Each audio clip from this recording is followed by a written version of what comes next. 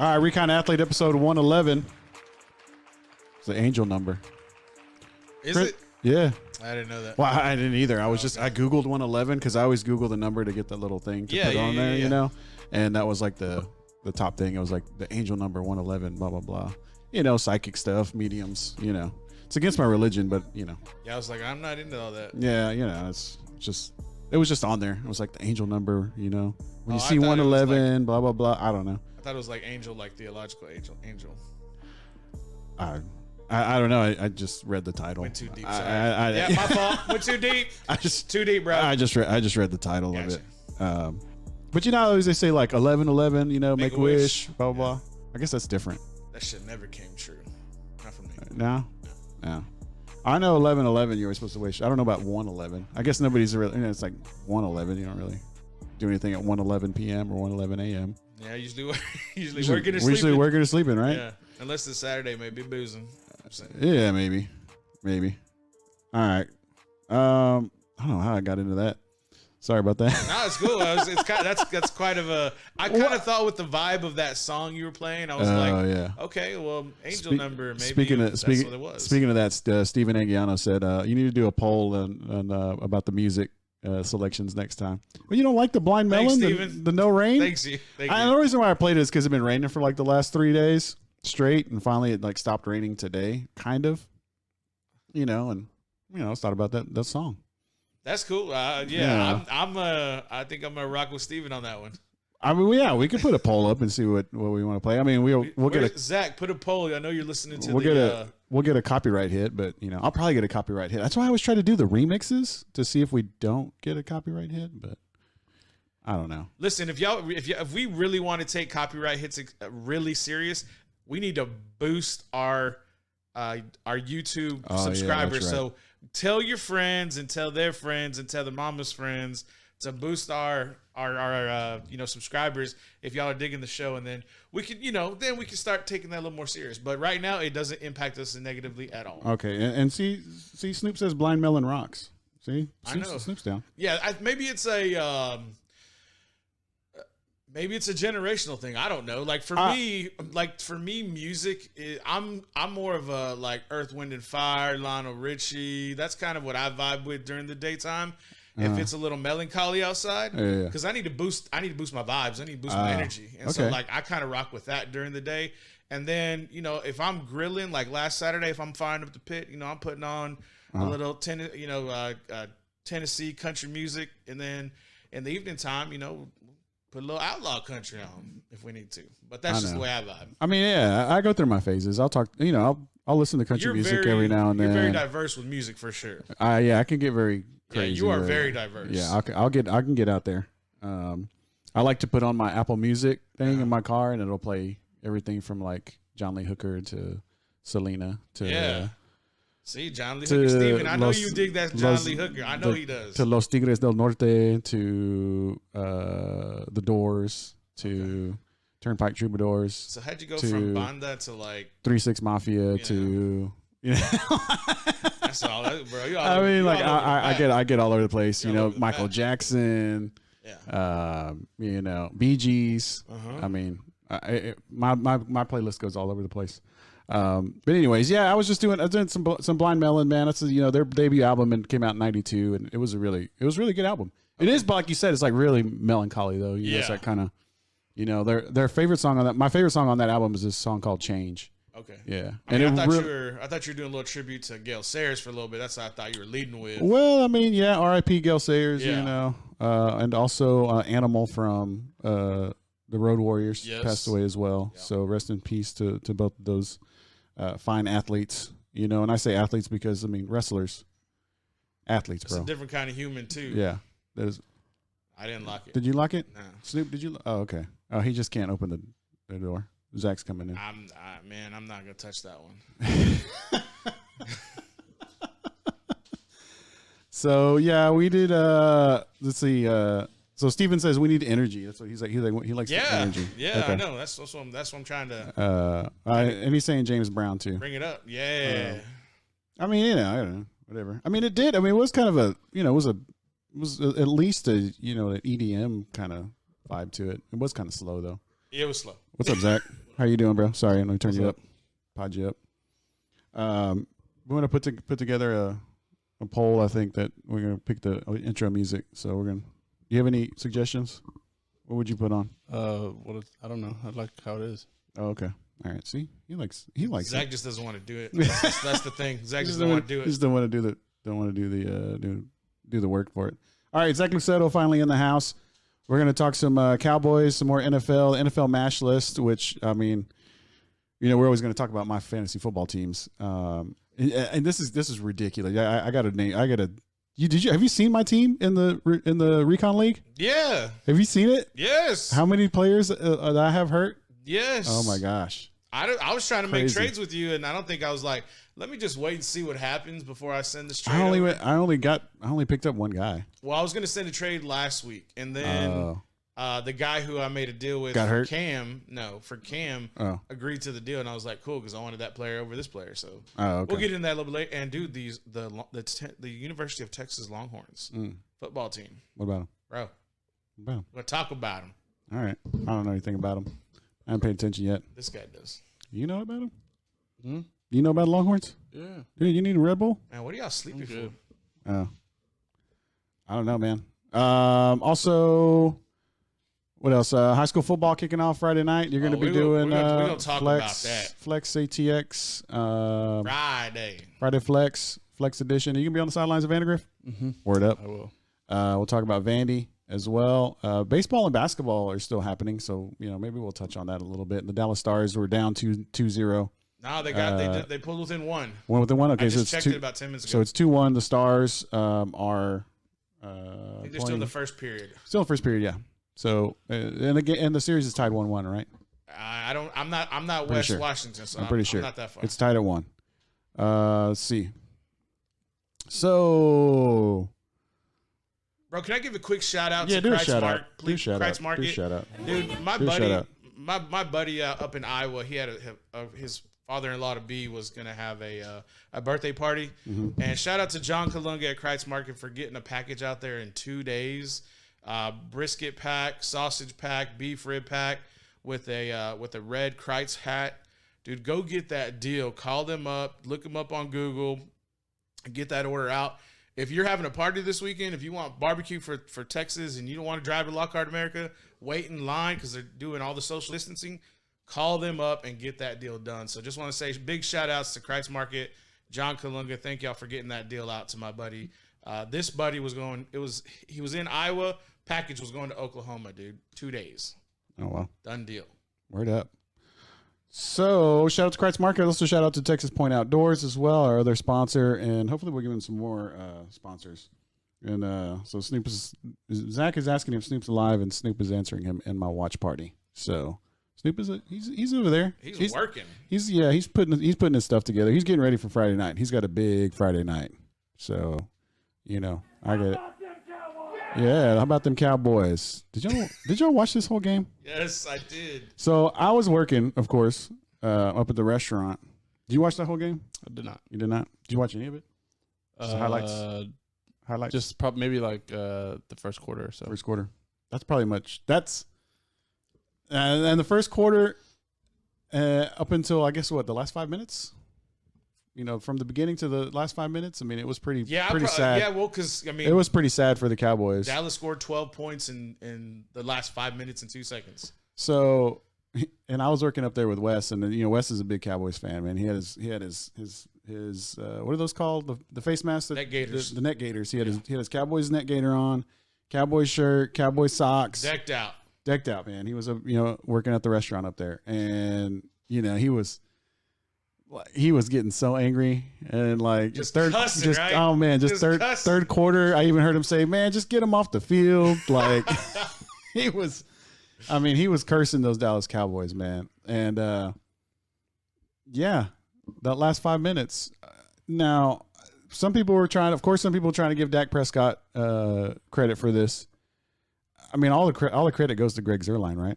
All the credit goes to Jerry Jones. If all the fault is going to go to Jerry Jones, all of the glory is going to go to Jerry Jones. That's the way I'm going to roll. That's the way I'm rolling this season. All right. I just don't care because this year, I talked about Jerry getting Mike Nolan and bringing in, average players on that end except Alden Smith. And then we talked about this week, we're going to talk about the special teams coordinator bringing in Greg Zuerlein to get him to be taken from L.A.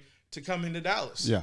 And if Jerry Jones doesn't make that hire at the special teams coordinator position, Zuerlein doesn't come. Zuerlein isn't put in the position to not only, one, do the onside kick, but also, two, make the game-winning field goal at the end of the game. So shout out to you, Mr. Jerry Jones. 1 week, you get a W. 1 week, you had an L previously, and they're both up. I'm going to chalk them up to you. And you sent something in the messenger. What was it? Let's see. According to ESPN, the Falcons had about a 1 in 333,333 chance of blowing both these leads. And that was the Super Bowl. The Super Bowl, 28 when they were up 28-3, right? Against New England. And then they were up 39-24, right? Right. And if you look at this graphic this past Sunday, the score is 39-30. Atlanta has a 99.9% chance of winning the game. And Dallas comes back, gets the onside kick, and scores to win. Is there like a Dirty Bird curse? Is there some kind of curse that we don't know about? All I know is Mr. Aguiano was talking about them Dirty Birds this past Saturday. That's all I remember. Oh man, and it was when I was watching them set up for the onside kick. Yeah. And he had the ball just laying on the ground. Kind of just sideways. Just laying on the ground. And I was like, man, these kickers, man. So they always come up with something weird. They always come up with some kickers are out there. I agree. Yeah. Because usually kickers have some kind of soccer background or some kind of other background other than football. Right. Rugby, Australian rules or something like that. So they think with a different part of their brain. I don't know what Zuerlein's background is, but kickers in general are always kind of weird. Right. And for him to I've never seen that. I haven't seen it practiced. I've watched kickers do different things, trying to do onside kicks before. I haven't seen that. Have you seen that? No, not that style. The only other guy who's really coming even close to getting onside kicks recovered is Younghoe Koo, who was actually on the Atlanta Falcons. And so, and his approach is totally different than with Zuerlein. And Zuerlein, to me, what it really looked was more like the same kind of English you'd put on a billiards ball. Yeah. Depending on how you're going to strike the cue ball, on how, if you want to manipulate left or right, if you want to pull back whenever you make the strike. So that English he put on it, and for the Atlanta Falcons to have a huge just mental breakdown and not go get the ball when they knowingly could have jumped on it before 10 yards, and they should have known Dallas had to wait 10 yards. They made a huge mistake, and it cost them the game. And I'm going to chalk this up. I'm going to give Jerry the credit, but at the same time, the special teams coach could have really had this honed in during the preseason, during a proper offseason, due to COVID-19. But hey, Dallas Cowboys, get your victory. All you D4L zombies out there, go ahead and live it up and say we're going to the Super Bowl and what have you, and that's great. No, but at the same time, you still have a 4th-round quarterback. You have a number 1 running back in Zeke. You have 2, I think, premier number 1 receivers in CeeDee Lamb and also Gallup. Yeah. And Amari's going to be a great possession receiver. And here's the thing. I mean, the whole time, in that 3rd and 4th quarter when they were down, Dak was just trash stat after trash stat after trash stat. And then, of course, all the Dak lovers afterwards, after the game, was he's not going to get credit for the 400 yards and the blah, blah, blah. Touchdowns. And it's nah, he's not. Because it was garbage time. They were going to lose. Yeah. And McCarthy didn't put it in the hands of Dak to try to go down and score, because there was plenty of time. They could have gone down. I mean, they only had half the field to go. But instead, he was like, well, give me, 15 yards to get us into a field goal position, and then we're just going to hand it off and get, it wasn't like, oh, I've got Aaron Rodgers, let's go and, let's take a couple shots. Well, another thing I learned during the broadcast, and I don't know if it's true, I'm just going based off of what was reported, and what was reported is that Kellen Moore has full autonomy of the offense. Now, granted, he's using the playbook of Mike McCarthy, but Mike McCarthy is not making, per se, any decisions in the offensive play calling.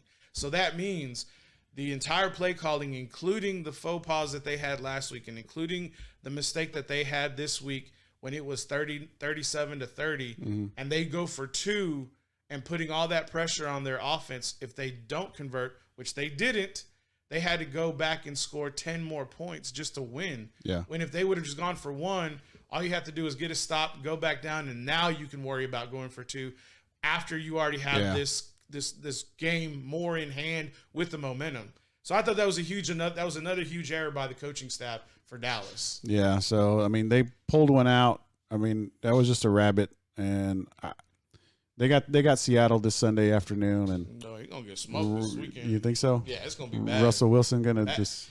He's right now. Everybody's talking about him being the MVP of the NFL. Yeah. I mean, he has the numbers. Yeah, we'll talk about that a little bit later, but yeah. I don't see it. I don't see how they're going to try to keep up. And Zach, how excited were you to see the end of this Cowboys game? I mean, I didn't see it, but I mean, it's a fun finish. I mean, my dad was happy. He was texting me a bunch. So. What did he say? Lindsay has the Cowboys kicker on her fantasy team. It's like after like the first quarter and a half, she was like, "Man, I'm not going to get any points." Then he ended up kicking a bunch, so she was happy. Yeah. So your dad's a Cowboys fan. Mm-hmm. How come you're not a Cowboys fan? Just going against the grain. Oh, always doing that, bro. Always. So Cowboys got Seattle this weekend. We'll talk a little bit more about it on Saturday morning, but I don't even know. I was going to look up the lines to see what the opening lines were. But, yeah, I have it. Oh, do you got it? Yeah. Was it 6? Let me guess. 6.5. No, less. Really? Yeah. 4. Close. 4.5. 4.5. Yeah. Dang, I should have said 4.5. 4.5. Really? Yeah, 4.5. That's it. Mm-hmm. On the road. Yeah. In Seattle. Yeah, they're saying Dallas is going to have a lot of garbage time points. That's what they're saying to me. Yeah. But what does in Seattle mean now? Yeah, good point. That's a good point. Good point. They have to travel. So, I mean, there is that traveling going on. But, yeah, I guess it. And the decibel level can't go above 75, I believe. Yeah, I guess you're right. I mean, that really doesn't mean anything anymore. Yeah, which is kind of sad. It's kind of sad. But, yeah, I mean, 4.5. I was expecting at least a touchdown. I was expecting at least 6.5. Like 6.5? 6.5. I mean, it could very well move right now. I mean, yeah, I think the biggest thing that I was kind of surprised was the over-under. And the last time I saw it, it was in the 50s. I'm just going to confirm what it is now. Yeah. And I think what they're having now is the over-under is 56. I think it was 53. Whoa. It was 53 Monday. Okay. So they're expecting points. They're expecting lots of points. Okay. I got Seattle's defense, which didn't give me a whole lot of points, man. Yeah, they're not sacking anybody like they used to. And the interception, they're kind of holding people to like 3, and then they'll give up a touchdown, and then they'll make it like, a 28-21, 28-17 kind of game. Yeah. I think it's been more of the, like, you look at the acquisition, especially of Jamal Adams, and you emphasize the defense when you think about Seattle, but it's really been more of the growth of DK Metcalf than it has been the addition of Jamal Adams. Because, I mean, I think that their offense is better than their defense. Yeah, and usually it was the other way around. Right. Well, and especially because you add a guy like Jamal Adams, you're like, oh, this is the best defense in the league now, but it's not really like that, especially like in terms of like fantasy points for a defense. They're not doing it. I mean, they're not for me. They're winning games for their offense, but they're not like taking the ball away. They're not scoring on defense and things like that. Yeah. I think that was really evident this weekend when they had to play Cam Newton in the Patriots, where Jamal Adams did make his money on the very end play against Cam and that fullback, but it was Russell Wilson, Mr. Universal, and DK Metcalf just like jumping out of the building to get in the end zone. Mm-hmm. Hold on, sorry. I got to turn my Snoop's using up all our bandwidth working in there. Get off the bandwidth, Snoop. Let me get. No, I'm not even on it. No, I'm on it. My fault. Yeah, if he's doing video stuff in there, he's using up all our bandwidth. It's all good. I got 5G in Austin. No, I don't. All right. Bless you, dog. Thank you. I mean, come on, dude. COVID. The Packers won. Let me get my gator. COVID, bro. Yep. Packers won? You want to talk about Packers before we get to Seattle? Let's talk about Packers. It was out of market, so I didn't get to watch. Oh, you should have came up to Revelry, dog. We got the ticket, dog. We got up at the restaurant. Y'all would have put it on for me? Yeah, I put it on for somebody that was sitting at table 511. You can put it on a certain TV that you're going to be watching. Yeah, dude. I'll put it on for you. Oh, that's good to know. Yeah. Yeah, because there was a week Packers it's a fans. Sunday night game. Against the Saints.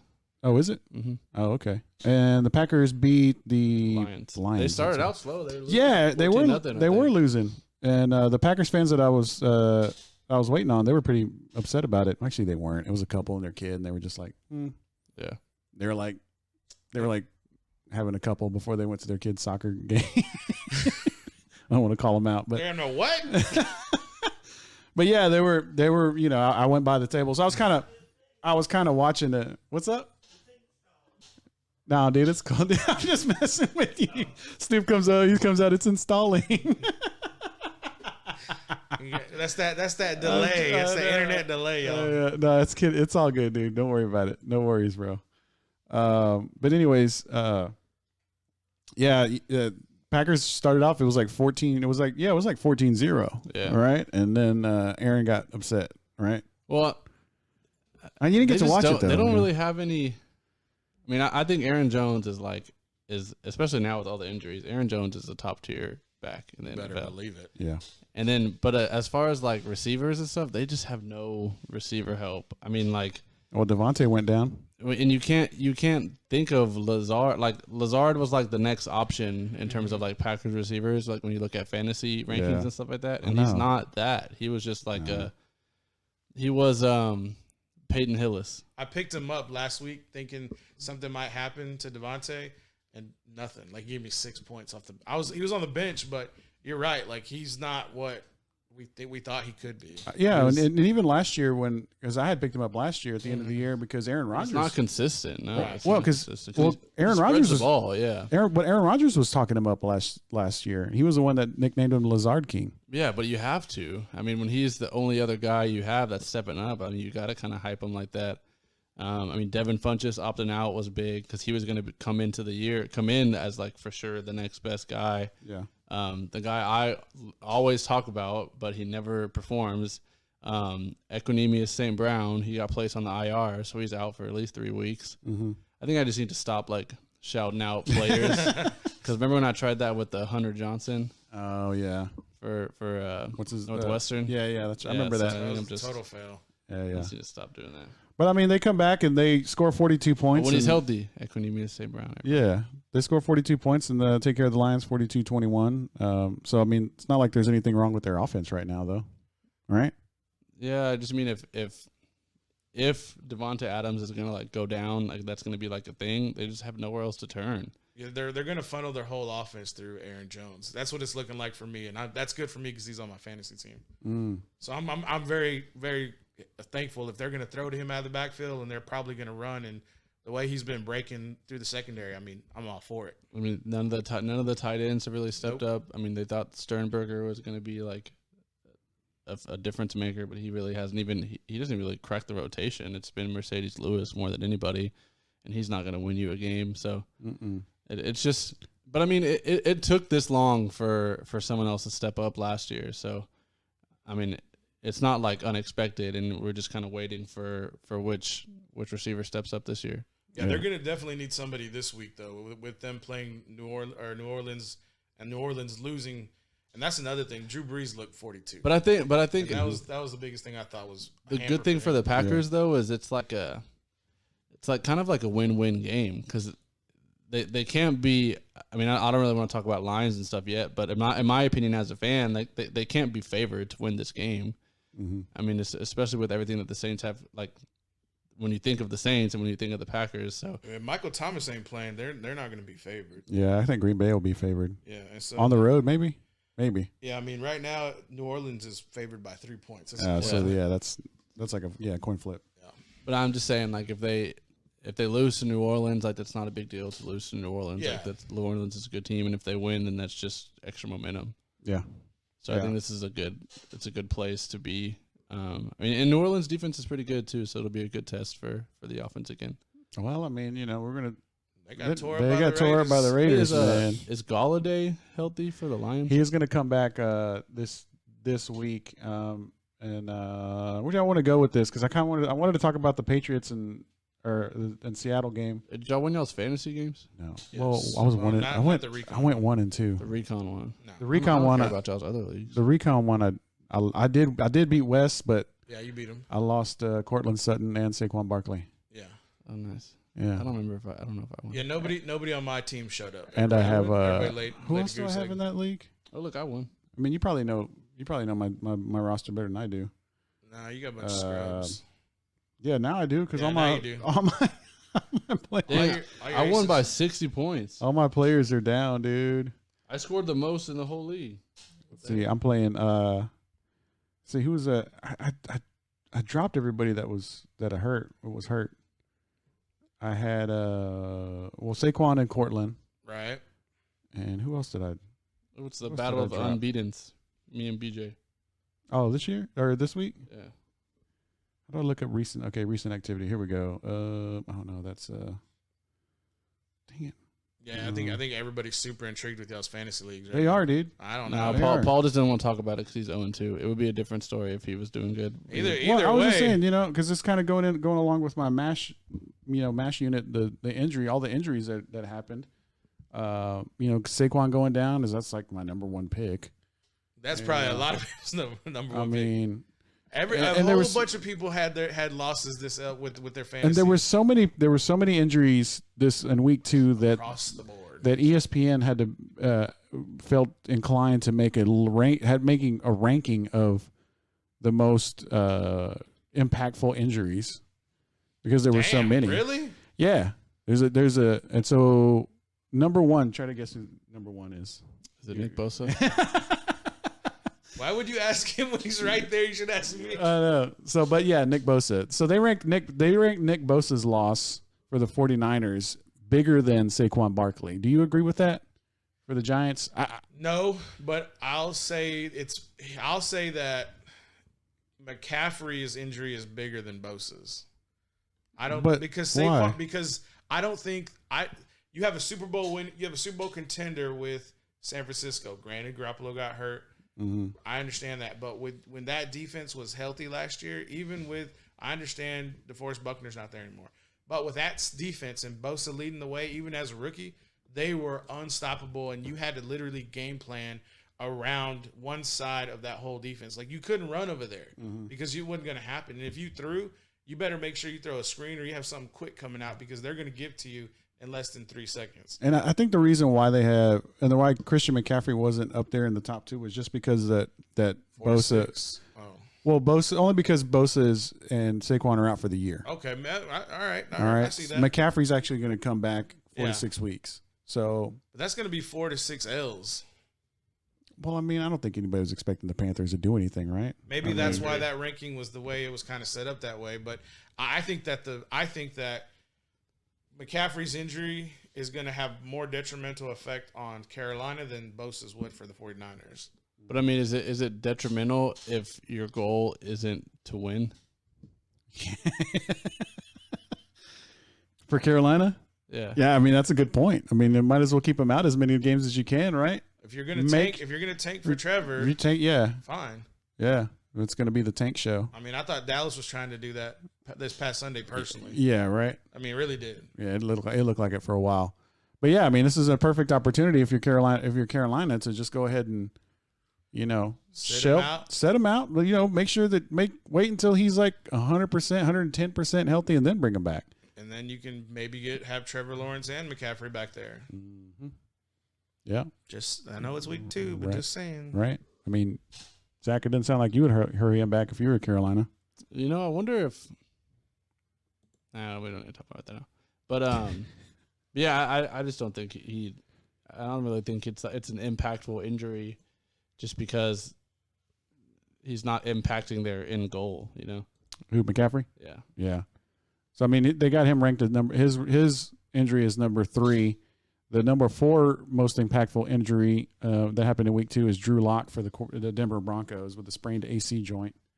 Because now they're like one of the worst teams in the league. Yeah, I mean, I was actually surprised for them to kind of come back on Pittsburgh. I don't know if Pittsburgh was kind of just sleeping or what, but I think Driscoll's their backup quarterback, and he was like, they just signed Blake Bortles too. Yeah, they did that, and so Driscoll 1 year Menudo from me. So I was like, what kind of nonsense is this?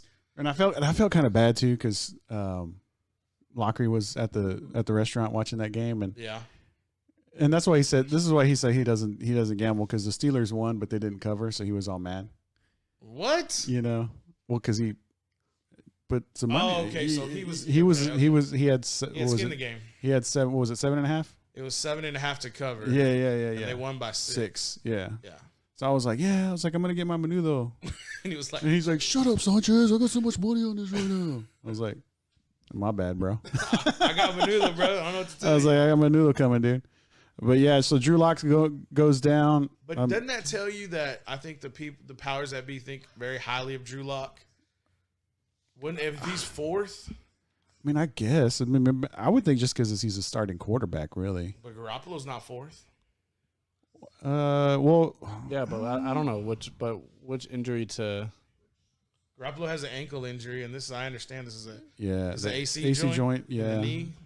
No, this is in his shoulder. Shoulder. Yeah. Oh, okay, I can see it. So he's supposed to be out longer, I believe. So it doesn't really say. We need a medical expert. So we've seen quarterbacks play. It said in the past they've seen quarterbacks play through AC joints without missing time. Ben Roethlisberger in 2016 and Jameis Winston in 2017.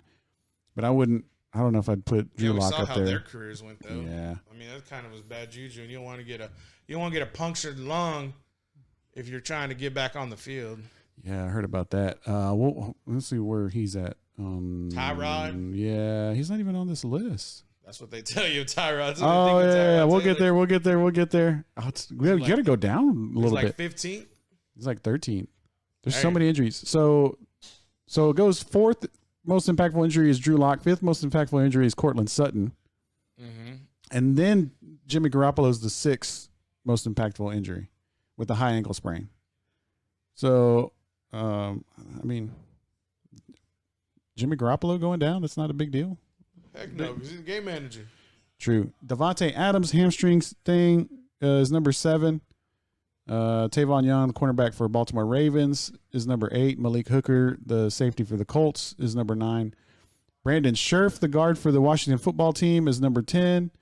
Byron Jones, the cornerback for the Dolphins, is number 11. Raheem Mostert, the running back for the San Francisco 49ers, is number 12.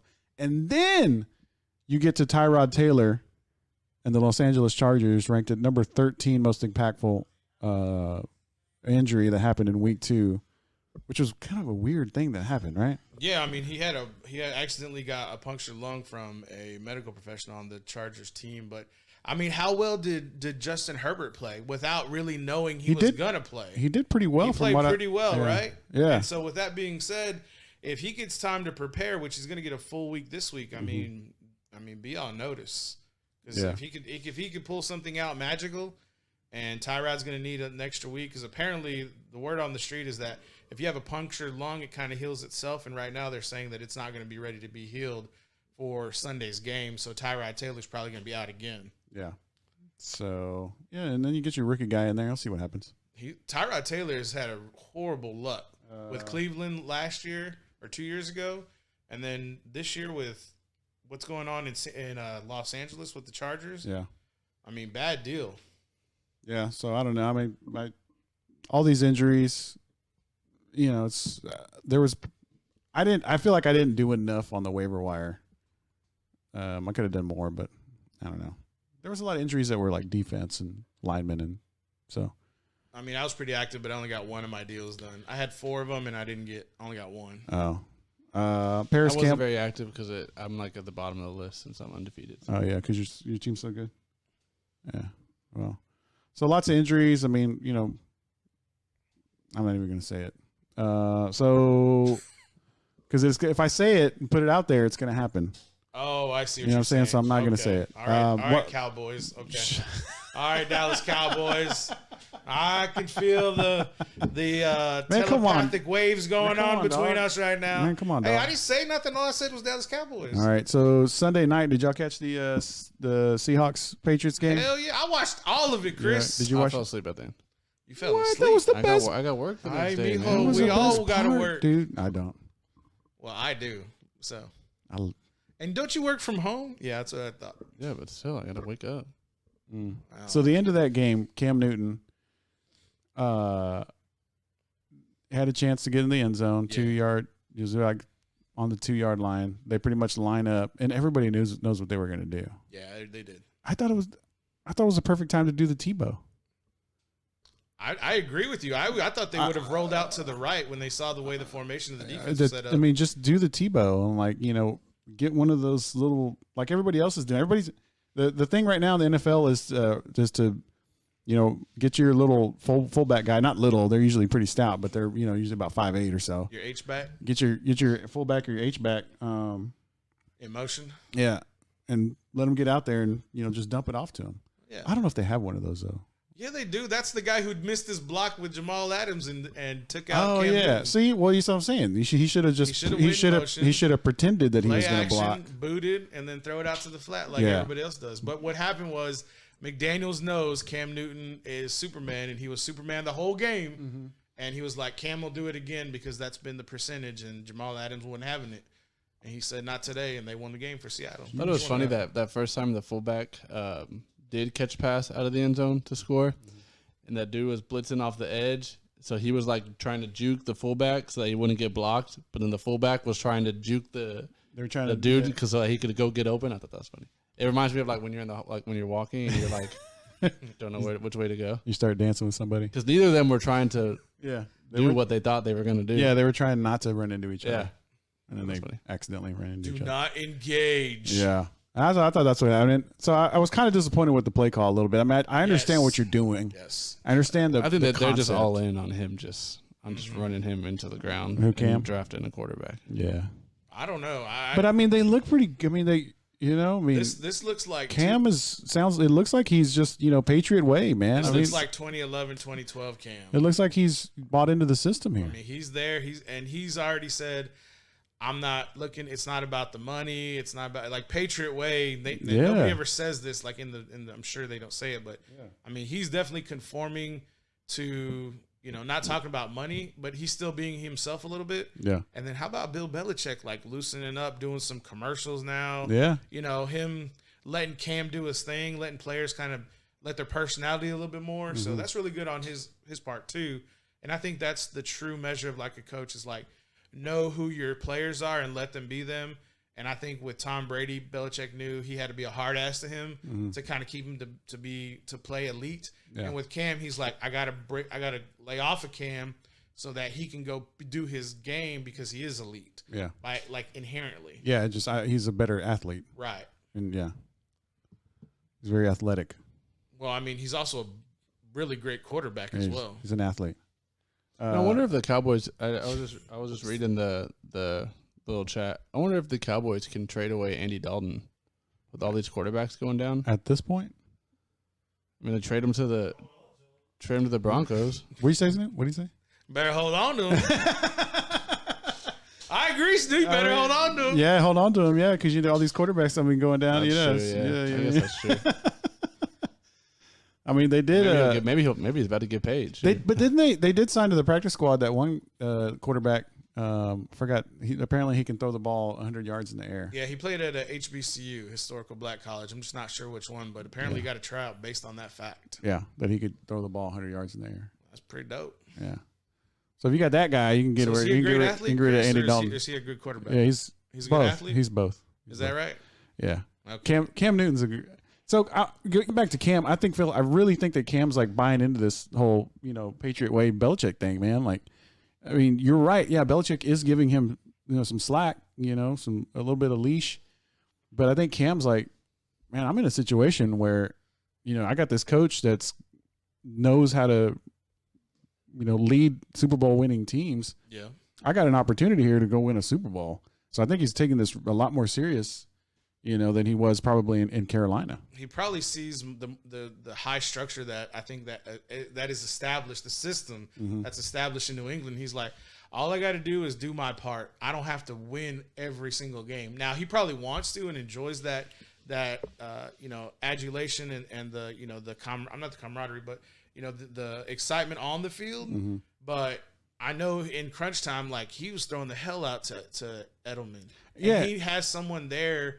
I think he had that late at his time when Carolina with Christian McCaffrey. And so now he's like, okay, I know Edelman will do what he needs to do. And Edelman's also hurt. That's another thing nobody's really talking about yet. But he knows Edelman's his go-to. He knows he's going to have some tight ends he can dump the ball to if he needs to. And when it gets in the goal line, he knows he can probably score, 9 out of maybe 10 times. Well, I found myself at the end of the game pulling for Cam Newton. Like, I don't like the Seahawks or the Patriots, like whatever. But I found myself at the end of the game, like, pulling for Cam Newton. I was like, I feel like it's like a feel-good story. Everybody likes the comeback story. America loves the underdog, the comeback story. And so I felt that, I was like, oh, yeah, let's go, Cam. Let's go, beat the Seahawks. I mean, it's hard to root against Russell Wilson, who's, best quarterback in the NFL right now. Yeah. Better than Mahomes and Lamar Jackson. Russell Wilson. Mr. Universal, man. I mean, that's what they're calling him. And I think a lot of it has to do with the pieces around Russell and his consistency over the years. I mean, that's something you were very big on before the season started, how, he's not going to give you big numbers, but he's going to be consistent in his W's. And I think that's something that you mentioned. Bill Belichick has mentioned it, and I think the respect of his peers, he also sees it. Now, does everybody want to see the gaudy stats that Mahomes and Jackson put up? Sure. But do you want the W's at the end of the year and competing for a title? Sure. Yeah. I was at CI Sunday night, met up with Chubby and Wes. Shout out Wes on the watch party, I think. And we're and CI is it's a Seahawks bar. Really? Yeah. So it's a Seahawks fan. Like they have a.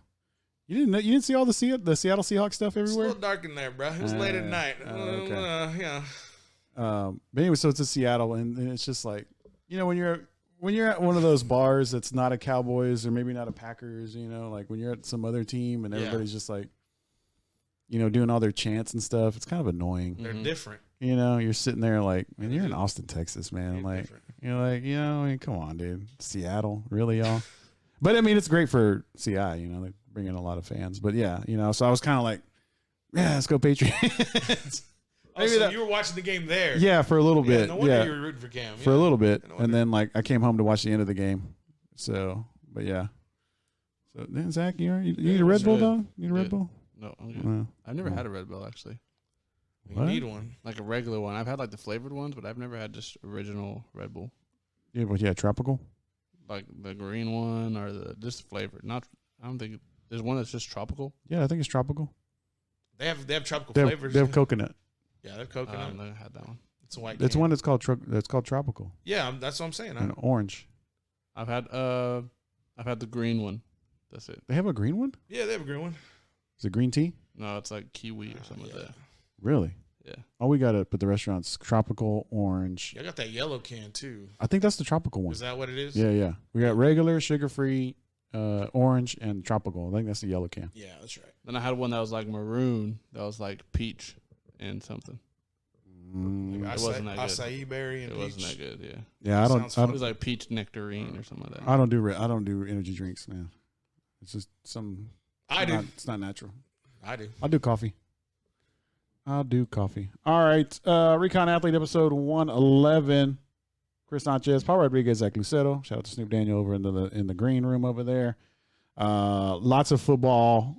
Week 2 had a lot of storylines going. Cowboys playing Seahawks on Sunday. We'll see how the Cowboys do.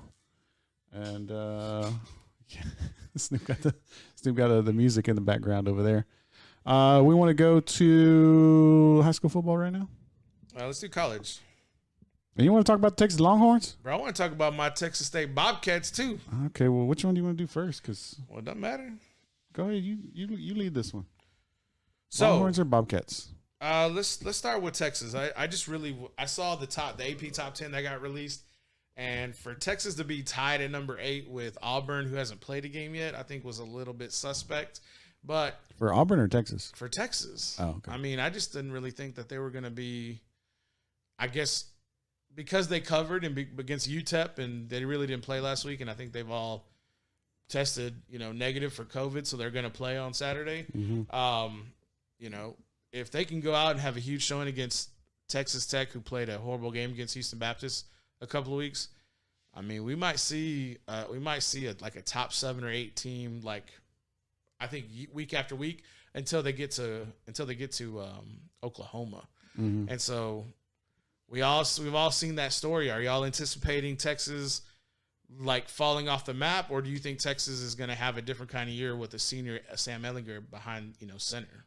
Well, they've already like flexed out that the TCU game to possibly make that the night ABC game when that game comes around, and I think that's just the high hopes you have for Texas, plus just the lack of big name teams that are playing anybody right now. But and I don't see Texas losing until West Virginia, Oklahoma State, Oklahoma. The Big 12 is so bad. I mean, granted, we haven't seen Baylor or TCU play yet, so maybe they're added into there too. But the Big 12, I don't think they're good. But also at the same time, I hate these rankings, these early rankings like this, especially this season. Because, like, in my opinion, if you're going to rank teams, Miami should be number one because they're the only team that's played a ranked opponent, and they beat them. Okay. So, like, fair logic at this point. Like, Clemson's number one because they beat the Citadel. Texas is number 8 because they beat UTEP. Like, it doesn't – they might as well have not played. Like, you know just as much about Auburn, who hasn't played, as you do about Texas, who's played UTEP. I mean, you can kind of say that about every year, though, after week one. I mean, everybody plays cream puffs. Right, but, I mean, at least everybody's playing. Okay. So I think this year the point. The rankings are going to be so jacked up. Fair point. Okay. Do you think lack of games also is going to be contributing to like kind of like a disparity with the rankings? How there's probably going to be a 10 or 11 game team who may be lower than like a 8-win SEC team, and I think that's going to be an issue with what do you see? Nothing. Keep going. I just think that's going to be something that we're going to see, and it's going to be a real big deterrent, especially picking the top 4 teams whenever they need to go to the playoff at the end of the year. That's going to be a mess. Do you pick like a 2-loss Big 12 team, or do you pick a 6-0 Pac-12 team? I don't even want to think about that right now. And it also like it's going to suck. They're not so going to have bad. bowl games this year probably, but if they do, they're going to be blowouts. You know they're what? Not going to be good. Okay, so all right, so what we do is we get rid of this. Top 4 crap for the year. They should have just done 100-team and bracket do a 16-team tournament. Like just do it this year. November Madness. Well, it's got to be December because Big Ten decided to come back. The MAC, I forgot what it stands for. They're voting this week to start their season also. See, and that's what I'm saying. I mean, like. So just do it now. Do a 16-team tournament, and check it out. See if it works. I mean, there's already schools that are only playing one game this fall, so they should have just started with like a 100-team tournament, and they could just ranked everybody from the beginning, matched you up like that, and then just played a tournament in however many weeks. Especially if the Pac-12 have they decided what they're going to come back yet? There's no word. There's not. Yeah. So they're probably going to start December 1st. So that's what I'm saying. Like let's say they decide they want to come back and do you take an undefeated 1-win Washington. So that's what I'm saying. I guess if Pac-12 doesn't, but this is your chance if you're NCAA and just try it out. Like.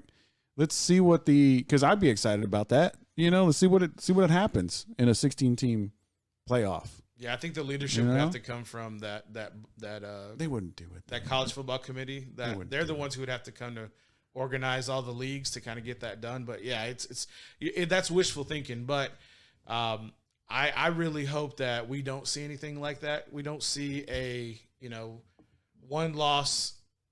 Team who has 10 victories, and then we have a 2-loss SEC team who gets selected over them. Based purely on how the rankings kind of wash out. That's kind of where I'm at with it. But that was just something I thought that may be interesting, and I really want to see, I think we're having a lot, and this is kind of a little bit of COVID thing. I'm just going to dabble in it real quick. We're having all these teams kind of last minute get, canceled out, and I just thought we would have more standardization as far as what's being tested and how those teams are being tested, because right now some teams have reported no positive tests at all, and then you have some teams like Houston who every single week for the past 4 weeks they've had their games canceled, not due to their fault, but because their opponent came down with COVID, and so they've canceled their games. And so I just wanted to see. I thought we would see it, but I guess not. But, the NCAA I thought should have had more oversight. I feel there's a lack of leadership there, and hopefully this kind of gets washed out because this has been an awful year for, I think leadership. We haven't had enough of it, but we're at least having to have some games go on. Right. Nobody wants to make decisions right now. That's fine. But there should be. Yeah. But the good thing is, the Longhorns are okay so far. Texas Tech is okay so far, hopefully, and hopefully they get to play a football game on Saturday. I don't think the Big 12, whoever's committed, I don't think there's going to be any issues of them playing any football games for the remainder of the year. Once we get, I think, closer into the league play. So you think there's some scrubbing going on? I've said it from the beginning. I have not been shy about saying there's going to be people cooking the books. So I have not been shy about that. So it's like they're taking a Scantron tests with number 2 pencils with erasers on them. What I think it could potentially be going on is that I got erasers on them. I don't even think it's that. I think what happens is maybe they're saying, go take this test until you come back negative. That's what I'm thinking is going on. But I can't prove that. It's alleged. I don't know. I can't prove it, so I have to leave it there. So Longhorns playing the Red Raiders this weekend. Can you look up a line for that? Yeah, I got that. I'm pretty sure it's pretty large. It's got to be, right? I think it's going to be. It's going to be double digits at least. I would say double digits. Give me one. I would say. Okay, hold on. Let's try to give a line on this. I would say Texas by. It's still Texas Tech. They're still a Big 12 team. Mm-hmm. So I'm going to say 14. More. 17. 18. Wow. And the over-under? 62. 70.5. I don't think Texas gives up that many points this year. I think their defense is pretty good. Yeah. So you would go with the under on that? Yeah, I would. The 70? Oh, I don't know. Really? I think Texas will score, and I think Texas will definitely score 50 points. I don't think Texas is giving up 40s, 30. High 40s. I don't think Texas is giving up. Okay, 30. so high 40s. That means they just got to score in the high 20s, like 25. Well, that's what Zach's saying. He doesn't think that they're going to give up that much. Well, that many 25 points. and 45 is what? Well, 70. That's what I'm saying. But if you think they're going to score 45 points, Zach's saying that he doesn't think they're going to give up like 48, 49. They're going to give up 50. Like they're going to give up that many points to Texas Tech because Texas Tech doesn't really look that good. But we'll see. I think what I hate speaking positively about this team because they always let you down. But y'all are so cautious. You in Dallas and you in Texas. Yeah. I think what is going to hurt betting people in this game is this could very well be a game that Texas subs people in again. Oh, okay. And they just added Jaquindon Jackson to the roster, to the depth chart too. So that's telling me that they want to put him on the roster because they're thinking maybe he could get in. Like get on the field? Like Hudson Card did. I think maybe we could have both of them out there. But I'm saying like I think Texas should get to a point where they're subbing people in.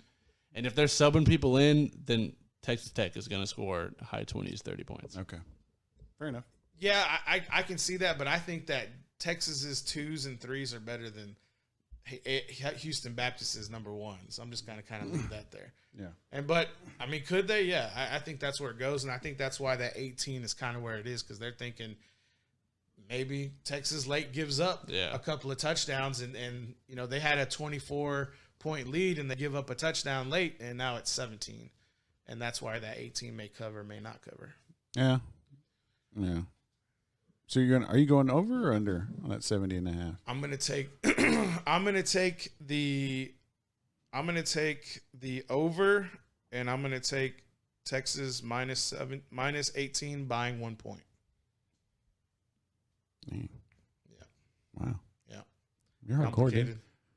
Yeah, complicated order. That's a complicated order here, yeah. All right. What you seeing that little? I saw you looking over there a few times. What you seeing over there? It's emo. What you saying? Emo. I haven't heard from him. Because it's emo. He always like. I always hear from him. That's what I'm saying. But that's what I'm saying. Emo. He never stays on like the topic. That he always just like throws something random out there every single time. Just something random. He's fishing, bro. He's fishing. Super random. Fishing. It's like, dude, like give me something about the topic we're talking about. And I know the way we structure our show is very loose and we kind of go off tangents.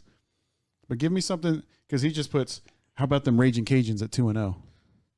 They are ranked 19th in the nation. I mean, I guess. but nobody's. I mean, like but they beat should Iowa be. State. They should be. They beat Iowa State. Houston Baptist should be ranked 20th. Abilene Christian should be in the mix. Yeah. I mean, I'm just kidding. Yeah. I don't know if y'all saw that other stat, but the Southland Conference, since they're playing in the fall, they said that their teams who are playing right now, Houston Baptist, Abilene Christian, and a couple others cannot play. Yeah, they're not going to play. They're not going to be allowed to play in the fall. They released like the conference, the UIW released their schedule. Yeah. They're playing in the fall, right? Mm-hmm. Yeah. Yeah. Snoop, do you know you called me? Snoop, what's going on, Snoop? Oh, I was trying to get on the show. Oh, okay. What's up, man? Am I on the show? Yeah, you're on right now. Oh, I can hear you. So, like, if we had put $500 on Atlanta to win last week, would y'all have been rooting for Atlanta or for the Cowboys to come back?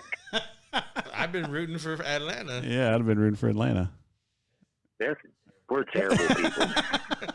Well, I mean, it's America. You got to make money. Thank you. All right. Thanks, Snoop. At least you're honest. I mean, yeah, if we'd put $500 on Atlanta to win, yeah, we would have been pulling for Atlanta. But if we would have put $500 on it, that only would have been like $100. No, the Cowboys were favored. Yeah, and it was like I'm saying like you only would have had to spend $100 because there's 4 of us. That's not. You know what I'm saying? Kind of. So it's not like it would have been $120. Yeah. and where did you work for again? Yeah, where do you work again? But I'm giving it an approximation. Okay, approximation.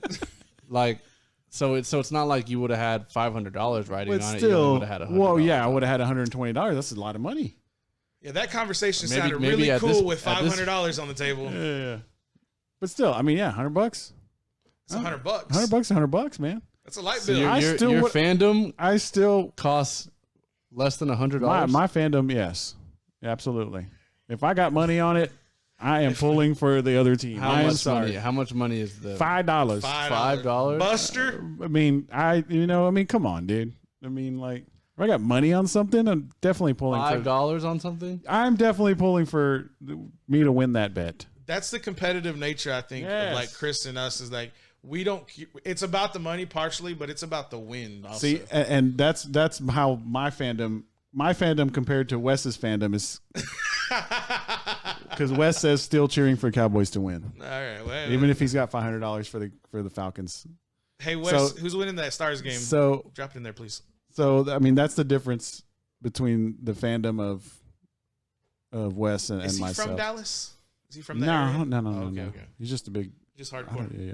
Cool. I don't think he is. Maybe. I don't know. But yeah, I mean, I just, $500. I don't know. No, I wouldn't say $5. I would say like at least a 20 spot. 20 spot. Yeah. It would take at least a 20 spot for me to like pull for the other team against my Cowboys. Okay, so if you bet $20 for the Seahawks cover. So like if you bet $20 against the Cowboys and the Cowboys win, are you bummed? No.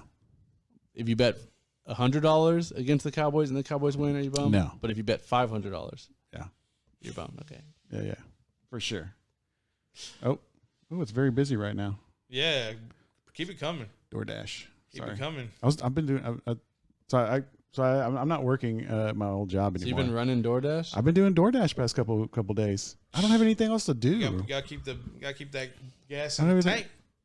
Actually, you know what? Some frozen yogurt today. Actually, you know what? It's not that because like where I live, where me and Snoop live, like here, dude, I just got to turn it on and like I've got to like these little places around here, like a mile away, and then I just yes, Chris, dude, I see the demographics that live here. Yes, but I'm just saying, like it's convenient for me.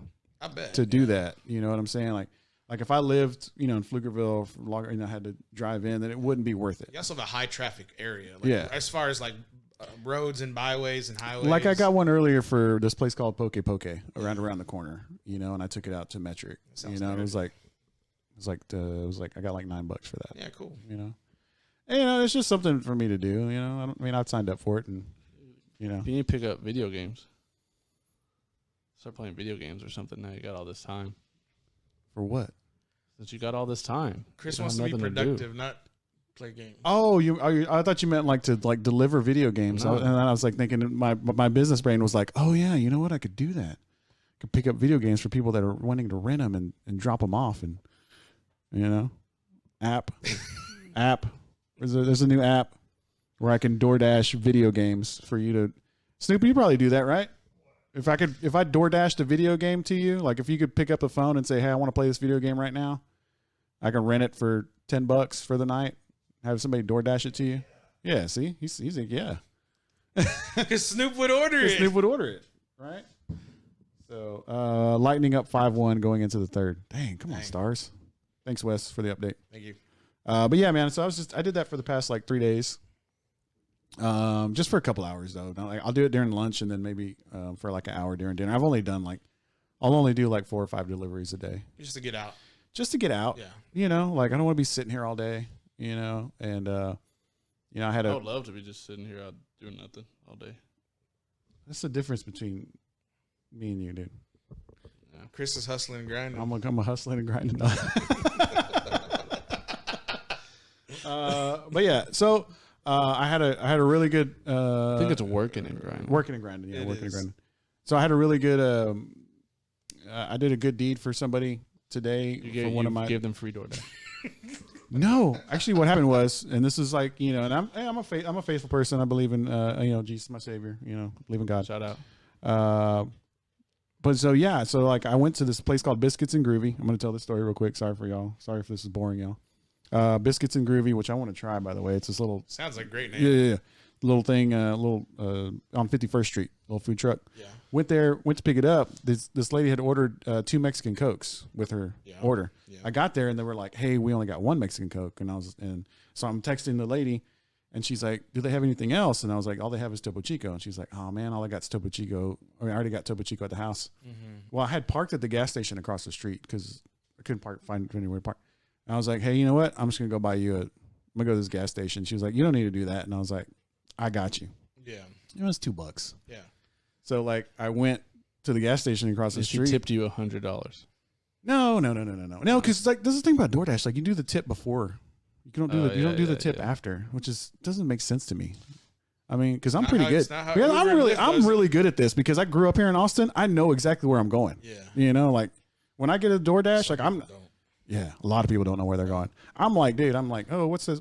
I'll just look for the nearest cross section. Anyways, so I get the Coke for the lady. Yeah. Take it to her. She lived over in Mueller. Yeah. And I was like, just at apartments over there. Are you? Yeah. Oh, okay. So anyways, so she, I was like, you know what? I was like, I got you. Just, and you never know who you're delivering to, especially it's Austin, I was like, say a prayer for me or send me some good vibes. Yeah. And she wrote out this beautiful prayer and texted it back to me. Yeah. Yeah. Really? He was delivering Mexican coats to Mother Teresa. Yeah, no. Yeah. Hey, so man, it was really cool, awesome. man. It was really cool. Yeah. And then I had put my golf clubs in my car this morning because I was like, maybe I'll go by the range or something. In your hoopty? And and I'm leaving Mueller and I don't know where I'm going because it's kind of like maze. And I was like, I'll take a left here. And then like it made me go right. Boom.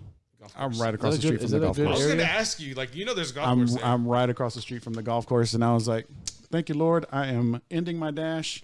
I am going across the street and I had hit a bucket of balls. Yeah. So, things happen for a reason. True stories. Anyways, Recon Athlete, episode 111, Chris Sanchez, Paul Rodriguez, Zach Lucero. Shout out to Snoop Daniel. We lost a lot of people on the watch party because of my story there. Nah, it's all good. It's been a long show. You wanted to talk Texas State. Do you want to talk about that still? Look, shout out Texas State. McBride. Stay away from the co-eds, bro. Just stay safe, bro. We need you out there against Boston College, bro. Y'all, we like 18.5 points underdog, but I don't care. We coming. All right. So Friday night. Shout out Matt Ryan. Yeah, true story. Yeah, he did go to what's that running back's name? Boston College. Something Dylan. He was Franklin really good. Matt Dillon. No. Not Matt Dillon? No. Austin Dillon. No. Richard Dillon. I think it was Dylan. Dylan? No, I think it was AJ, KJ. The Dylan Dillards. I don't know. Friday Night Lights. All right, Friday Night Lights coming up this Friday. trying to pull up the trying to download the PDF. Here we go. Thursday night games. Hayes at Vista Ridge. That's going to be on KBVO. Aikens. Good one. Aikens at Hendrickson. Southwest San Antonio at Westwood and Rouse at Weiss on Thursday night. You want to hit up any of those games? I will be watching KBVO, Hayes, and Vista Ridge. I'm also going to be watching the college game that night. So it's going to be fun. Which I was listening to, which I learned today that I didn't know that Craig Way's kids had gone to Vista Ridge, and his daughter is actually the dance team coach at Vista Ridge. Really? I was listening to Craig's show, listening to them while I was doing the DoorDash. But yeah, so Craig Way's daughter is over at Vista Ridge. So shout out to the Vista Ridge Rangers. Light the tower. Shout out Westwood Warriors. If I wasn't working, I'd probably go watch that game. I'm gonna try to go watch RJ play. He's so fun to watch, man. RJ Martinez. If you don't know that name, great kid. Really fun to watch. Friday games. First one we got here: Vandergrift at Cedar Park, 7 p.m. You gonna be on the sideline, Zach? Yep. So they are allowing the sideline I think, reporters and stuff. Per media submission or whatever, you only get one sideline band though. Because we used to just be able to say I need this many. I want 9 press box bands and 100 sideline bands, and they would just give it to you. But now you're only allowed one.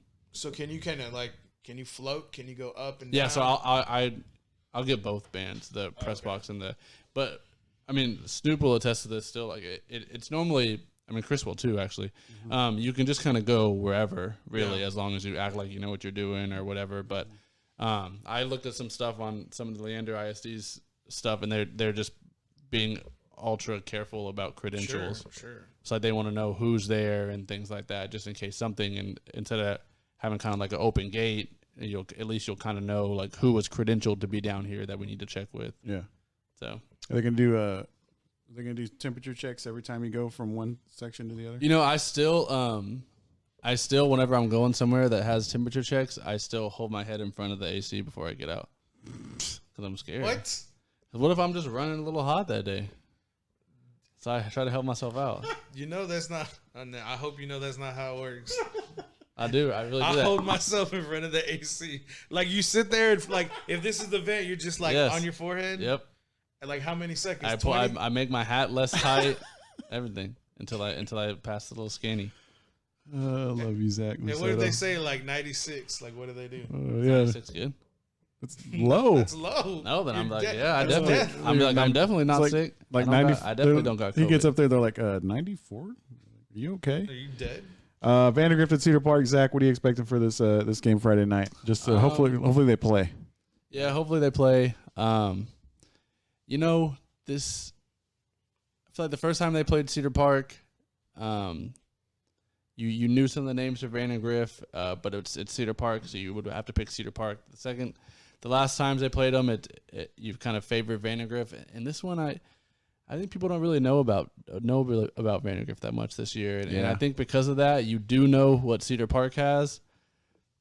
I think it's going to be a tough game. I could see Vandergrift losing this game.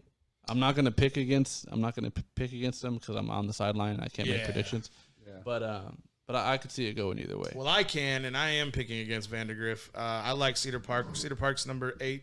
I think this win will be a bigger deal. So, yeah, for sure. And that's the biggest thing also is, a lot more of the stars, and I think that's going to be the issue here is that there's just a little bit better athlete on Cedar Park's end. Mm-hmm. I really got to see that, especially at the linebacker core with Shelby Battles when they scrimmaged Westlake last week. But Vandergrift, they have an awesome running back. Bowen Lewis is, he's got offers all over the place. Shout out to Logan Arnold as well and Caleb Sanders. So just got named captains. They did just get named captains, yes. And I think also, too, Coach Sanders is really going to lean heavily, I think, on Matthew Lee to kind of get that running game established. But you got 2 great tacticians in Coach Absek for Cedar Park and Coach Sanders for Vandergrift. And I'm going to lean with the number 8 ranked Cedar Park Timberwolves in this game. And I think a fun storyline to follow for Vandergrift this year will be to see which name that we don't already know emerges at the receiving positions. Really? Okay. Because really the only name that you recognize coming back is Taylor Dumar, and he's not going to be able to do it all by himself. That's just not the type of football he plays. So I think it'll be exciting to see, to learn some new names this year. Cool. All right. So Vandergrift at Cedar Park, 7 p.m. Friday night. Zach Lucetto will be out there. They're going to have fans, right? Yep. Yeah. Shirts Clemens at Westlake, 7:30. Heard a little bit of Todd Dodge's interview with Craig Way on Light the Tower. Shout out Light the Tower with Snoop Daniel, featuring Snoop Daniel. Yeah. He talked about Carl Weathers today. For real? And for real? Yeah. What had that group brought up? I don't know. Oh, you don't remember? Well, they were doing they do this little I guess like news or something segment. I don't know what it's called. Okay. Inconceivable. Okay. That's their little segment. And then I guess it was they were talking about alligator attacks. And so then they talked about Happy Gilmore and the player and his name's Chubb or whatever. Chubb. Yeah. And the character that got attacked by the alligator and had the fake hand. So they talk about Carl Weathers. So naturally they go to Snoop about Carl Weathers. I'm like, and I was texting Snoop. I go, why they got to go to you about Carl Weathers, bro? Like, come on. But anyways, I did listen to, I thought it was funny. I did listen a little bit of that interview with Todd Dodge. The best part was the end when Coach Dodge said, I'm turning off my phone. I'm not looking at my email, and I'm not doing anything until Friday night because he doesn't want to see that the game's been canceled or anything. Yeah, he's like, look at how many games he's gone through already. Yeah, so he's like I am completely turning off everything.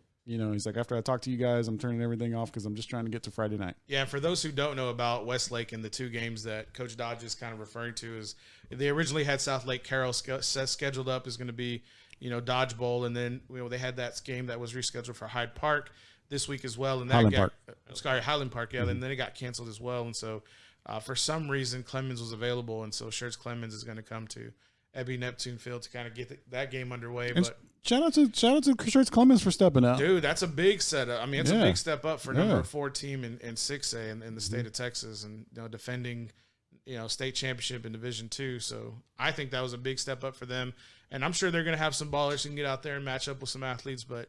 I think it's going to be a long game for the Buffaloes to kind of hang with Westlake this week. Mm-hmm. But we'll get more in depth with Westlake and the Chaparrals. But if you don't know any of their names, you'll learn them as we go over them. It's just we don't have a whole lot to talk about tonight. Yeah, Del Valley at McNeil, 7:30. Glenn at Leander. Stop me when you want to talk about one of these games, Paul. Zach, you as well. Glenn at Leander, 7 p.m. Eastview at Colleen, 7 p.m. Rudder at Bastrop at 7. We got Hutto at College Station. 7 o'clock. That should be a pretty good game. Yeah. College Station's been definitely a program on the up. They're on the come up. Yeah, this new Cougars team, I want to see how they're going to fare. And with Grayson Doggett at the helm for Hutto, I want to see if they can kind of get things going with their young receiver core. They got deep threats. Yeah, for sure. New Braunfels at San Marcos. Georgetown at Belton. We got Colleen Ellison at Liberty Hill.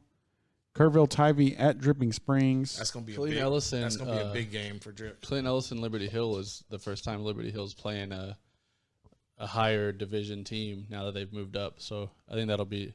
I mean, granted, Ellison's not the best team, but I guarantee you that in terms of Ellison's a school that competes in track every year. They send dudes to run college track, and you just don't see you just don't see things like that with the division of football that Liberty Hill was playing before that. So I think that's interesting to see if Liberty Hill can kind of survive the transition. Yeah.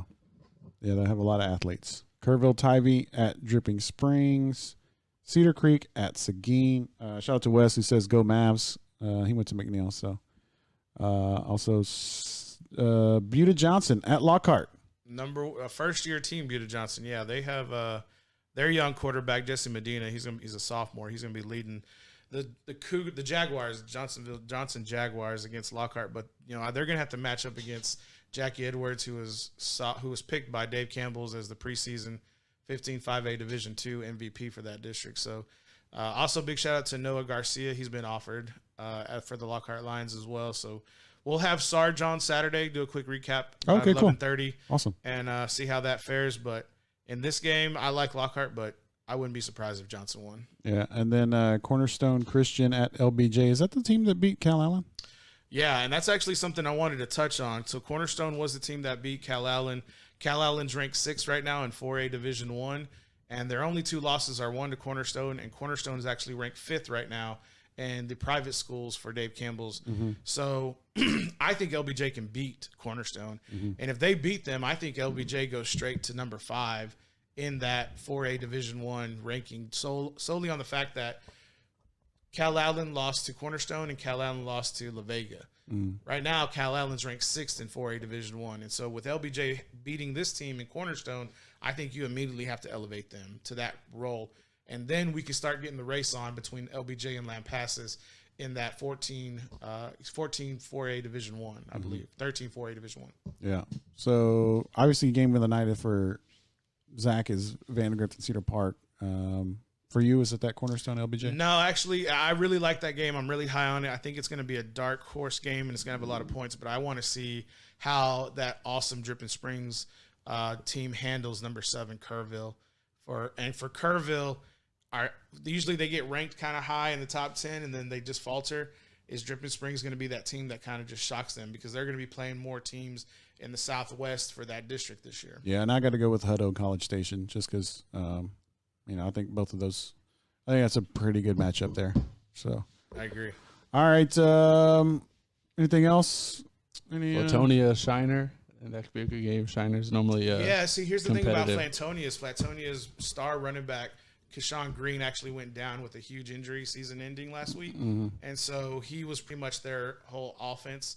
And with him being out, that game against Shiner is probably not looking too great this week. But Flantonia was doing really well. They had climbed in the top 10, and this week, I wish them the best, but I just don't think they have enough to get it done against Shiner. Okay. Other topics as a sign? Anything? No. If I move to Mueller, you better be dashing my doors. I will dash you. Are you gonna switch over to DoorDash from Uber Eats? No, I'm on DoorDash. You on DoorDash? Oh, okay. I got. It's Dash pretty Pass. cool, man. I like it, dude. Got Dash Pass. And I don't. I'm not putting too. My thing was like putting miles on the car, but like you're just around here. I was just like I might go down. I might go from around here downtown, maybe. Farthest north I've had to go was like Jaeger Lane. So it's not like I'm going real far, And people are gonna come find you, Chris. I know people are just like I've just noticed how lazy people are. It's like you can go get this. They're worried about the COVID, bro. But yeah, that and then I'm also I spent $15 getting my small froyo delivered today.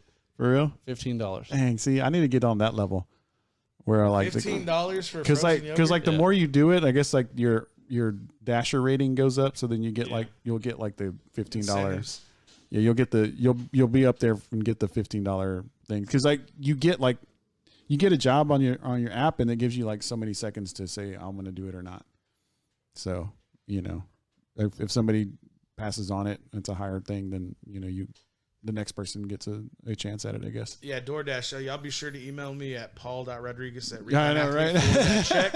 We need to cash that check. # no ads. But yeah, it's just but it's been it's been cool. It's been fun. Yeah, it sounds cool, man. It sounds. It's not like it's not a replacement for what I was doing, but yeah. I'm so much but less. You're not here, BS. So much stress free, dude. I'm just like, golly. Yeah, Wes, I can bring you some breakfast tacos in the morning. It's gonna cost you. See, where's he at? You just gotta let me know. You just gotta keep ordering him until he. No. I'll give you an estimate, and I'll even get you a friends and family discount. So. From where he's at, let's say I went to that's a good. So where would I want to take some breakfast tacos from? Not from Taquerito. I mean, they got good. Their breakfast tacos are okay. I'd want him to try Tex-Mex Joe's on North Lamar. So from here to there, to West, I would say that would be normally like a $5 delivery fee. So I'll do it for $250 plus West. Tip. Plus tip. $250 plus tip West. The base pay will be $250. But yeah, I'll do it, man. Let me know. Actually, no, I can't. I gotta play golf in the morning. I'll do it Friday morning. Hey, so you're gonna be here Saturday? Yeah, I'm gonna be here Saturday. Yeah. Okay. So I did the.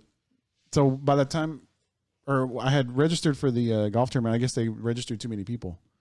I can see that. So so they called me back and they said, hey, they're like, sorry, like, we got too many people. We'll give you your money back. I was like, okay, cool. You know, that's a good thing though. Yeah, I do. When I saw it in the messenger, I was like, "Oh, okay, good. Chris is back." So Zach, be here. Yeah, so I'll be here. I'll be here Saturday. I might be passed out on your couch in the morning. Just maybe not. I don't know. We'll see. Yeah, you can do that, man. If you don't want to. Yeah, if you don't want to go home, for sure. Yeah, we'll see. Yeah, just let me know. Shout outs. Yeah, shut up your hat. Thanks, bro. What is your hat? Oh, I can do Dan's, bro. Cosmic. Okay, cool. Cosmic brownies. No. Cosmic the coffee brownies. shop. Actually, Stefano gave me this hat, and they don't have this color hat anymore. And so you sore about it? And no, like I got. You know how people.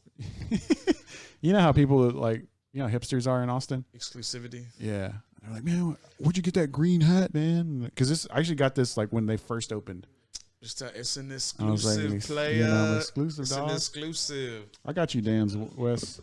You want some Dan's tacos? But I got to do it Friday, dog. Sorry, man. So they're really good. Those Dan's tacos. Yeah, I like them. I usually get sausage, egg, potato, and jalapeno. So Dan's, if you want to get at us, paul.rodriguez@reconathlete.com to cash them checks. Shout out. Hey, shout out to God, my family. Shout out to Snoop and the Horn at Flex. So we'll be there tomorrow night, or be there Friday night rather. Thursday night football will be on TV, KBVO. Go watch Hayes. Shout out to Bryant Lewis, the fantastic receiver at Hayes High School. All right, and I'm going to shout out to God, shout out to my parents, shout out to everybody that's on the watch party. We appreciate you guys, all of our fans that still, hang out and chill out with us Wednesday nights and every Saturday morning. And we'll see you Saturday morning. I'm not playing in the golf tournament. I wanted to, but they were full. Ladies and gentlemen, if y'all enjoying the podcast, please like, subscribe, comment down below, and tell us if you like Chris's hat. We out.